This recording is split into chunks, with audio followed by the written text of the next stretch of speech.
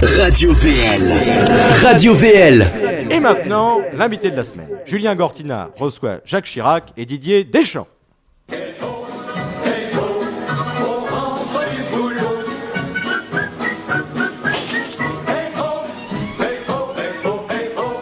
Bonjour Monsieur Chirac et bienvenue à vous. Bonjour mon cher Paul. Je voudrais une baguette s'il vous plaît. Mais je ne suis pas Paul comme la boulangerie. Je suis Paul Duro, l'animateur de l'émission. Vous êtes à la radio, Monsieur Chirac. Et je plaisante, mon cher Paul. Je ne suis pas ma boule. Figurez-vous que j'ai arrêté mon cinéma depuis que les tribunaux m'ont lâché pour Nicolas Sarkozy. Puis, il faut bien le dire que ça commençait à pomper le dard à tout le monde, cette histoire. Surtout ma femme, tout le monde l'appelait Lady Gaga. Et à tel point qu'elle s'y est prise au jeu, elle sortait tout le temps vêtue d'une robe en viande de porc. Et que pensez-vous de la reconversion de la droite depuis que c'est le premier parti de l'opposition ? Eh bien, j'ai l'impression qu'il leur manque le nabot. Avec ses gestes désarticulés et ses propositions marrantes, ça doit leur manquer, les représentations de guignols. Mais ils doivent quand même bien rire, à mon avis. En tout cas, moi, il me faut bien rigoler à l'UMP. Ils arrivent à faire passer des idées racistes au travers de pain au chocolat. J'attends avec impatience leur opinion sur les croissants beurre. Tiens, à propos de boulangerie et de Sarkozy, j'ai vu l'autre jour Sarkozy sortir de la boulangerie.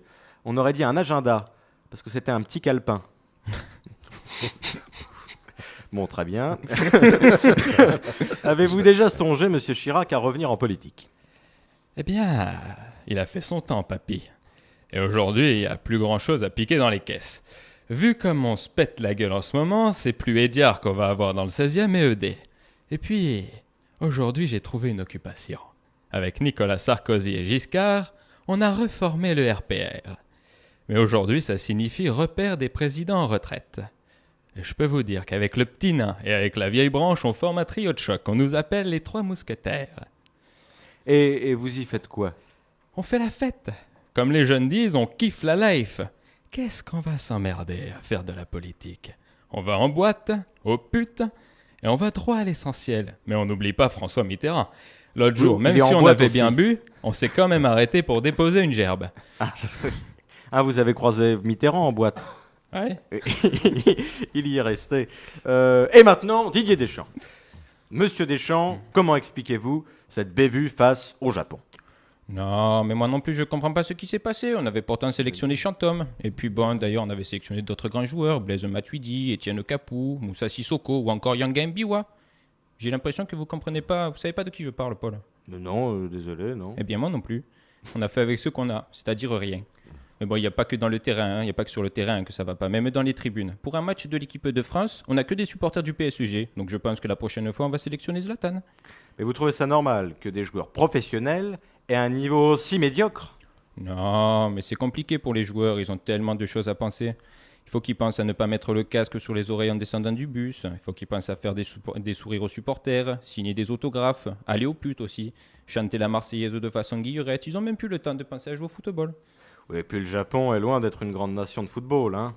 Non, mais ils ont des grands joueurs quand même. D'ailleurs, rien que le buteur qui s'appelle Yakushi, ou son frère, je sais plus, ça nous a fait un bon entraînement. Du coup, je pense que face à l'Espagne, ça devrait être du gâteau. Et puis, comme dit DSK, une question me turlupine.